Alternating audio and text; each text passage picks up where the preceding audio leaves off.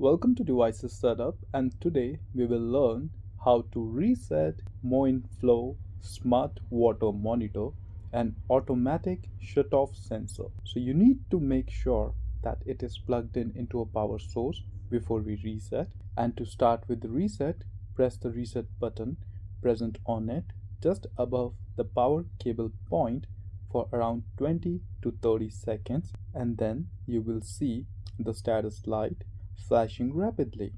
Once you do, then simply release the reset button.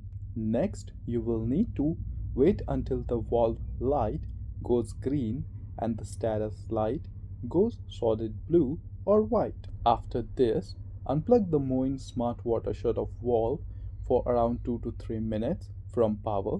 Then plug the unit back and wait for 2 minutes for the device to go back online.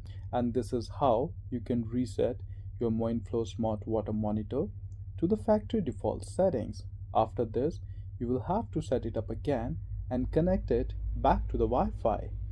The video is given in the description if you want to learn how to do it. And lastly, if you find this video useful, then please do hit like and subscribe to support our efforts. Thank you.